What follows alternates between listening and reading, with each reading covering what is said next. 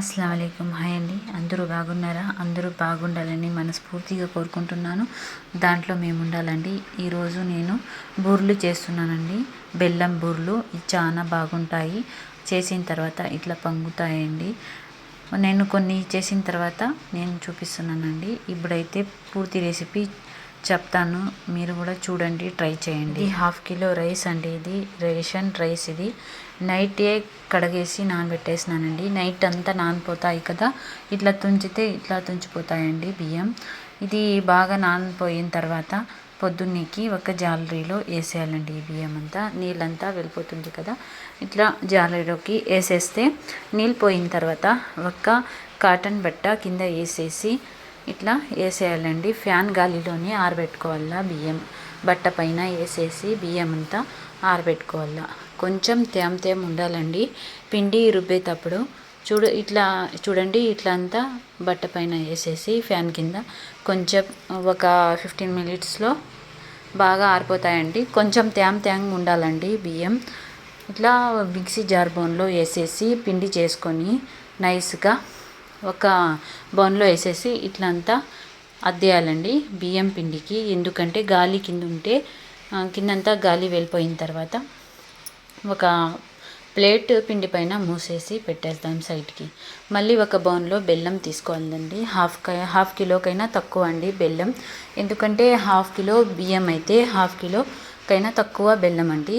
ఇది ఇట్లా కొంచెం నీళ్ళు వేసుకొని ఉడుకు పెట్టుకొని బెల్లం అది నీళ్ళుగా అయిపోయిన తర్వాత బెల్లం చాన్నీలో ఇట్లా వేసుకొని వడకట్టుకోవాలండి. ఇట్లా ఒక గిన్నెలో వడకట్టుకున్న తర్వాత ఇది బెల్లం నీళ్ళంతా మళ్ళీ అదే గిన్నెలో ఈ పాకం పట్టుకోనికి ఆ బెల్లం అంతా కరిగిపోయి ఉంటుంది కదా, దీంట్లో వేసుకోవాలండి.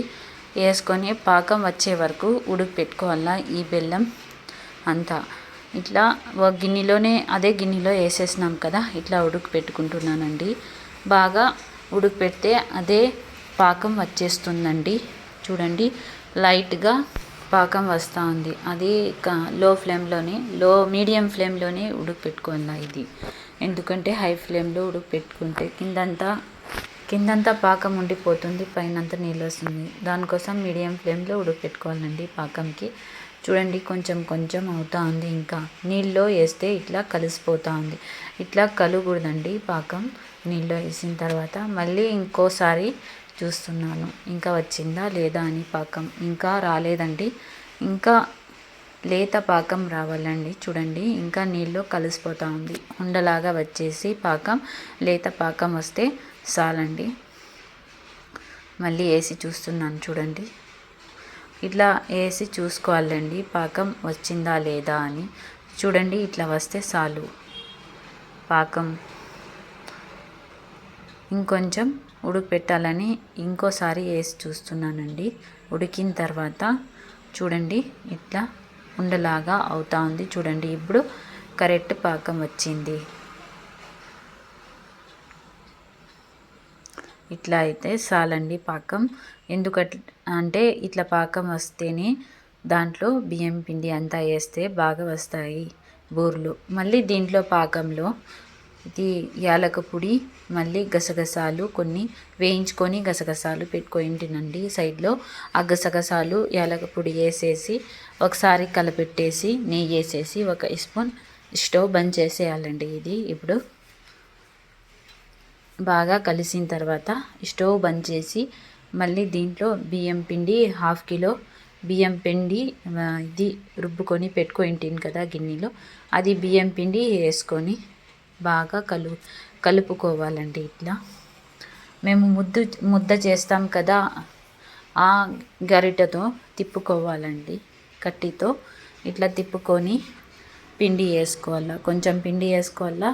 ఇట్లా తిప్పుతూ ఉండాలా గరిట అండి. ఎందుకంటే లమ్స్ ఉండిపోతాయండి. బిరిన్గా కలుపుకపోతే ఇట్లా కలుపుతూ ఉండాలా. ఎవరో ఒకరు ఉంటే బియ్యం వేస్తూ ఉంటే మేము కలుపుకుంటే బాగా బిర్యానీ అయిపోతుందండి. నేనే ఒకటే చేసుకుంటున్నాను కదా, ఇది ఇట్లా లేట్గా అవుతూ ఉంది కొంచెం. ఏమంటే నాకైతే ఉండలు కట్టుకోలేదండి పిండిలో బాగా. మస్కాకట్లా అయిపోయింది పిండి, వెన్నకట్లా అయిపోయింది పిండి. చూడండి ఇప్పుడు రొంత వేడిగా ఉంది కదా, రొంత సల్పాగా కనపడిస్తూ ఉంది. మళ్ళీ చల్లగైన తర్వాత గట్టిగా పడిపోతుందండి ఈ పిండి.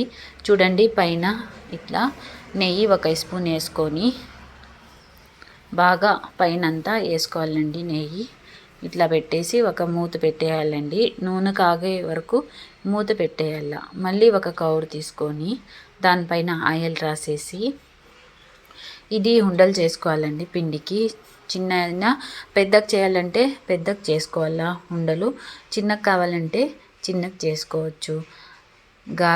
బూరెలు అయితే నేను కొంచెం పెద్దగా కానీ చిన్నగా కాకుండా మీడియం సైజులో చేస్తున్నానండి బూరెలు. ఇంకా కొబ్బరి బూరెలు కూడా చేసుకోవచ్చండి. పిండిలో పచ్చ కొబ్బరి వేసుకుంటే అది కొబ్బరి బూరెలు అవుతాయండి. మళ్ళీ దానిపైన నువ్వులు కొంచెం వేసినానండి బూరెల పైన, ఎందుకంటే పైన అయితే బాగా కనపడిస్తాయని. చూడండి ఇట్లా తీసుకొని చేతిలో ఇట్లా వేసేసినానండి. బాగా హీట్ అయింది కదా ఆయిల్, మళ్ళీ ఇట్లా ఫ్రై చేసుకుందాం ఇది బూరెలు. ఫస్ట్లోనే కొంచెం వేయించింటినండి, ఎందుకంటే పిల్లలు స్కూల్ నుంచి వచ్చేసిండ్రి, దానికోసం వాళ్ళ కోసం చేసి ఇచ్చేసినాను కొన్ని, మళ్ళీ ఇంకొంచెం చేస్తున్నానండి. చూడండి పొంగుతున్నాయి అట్లే.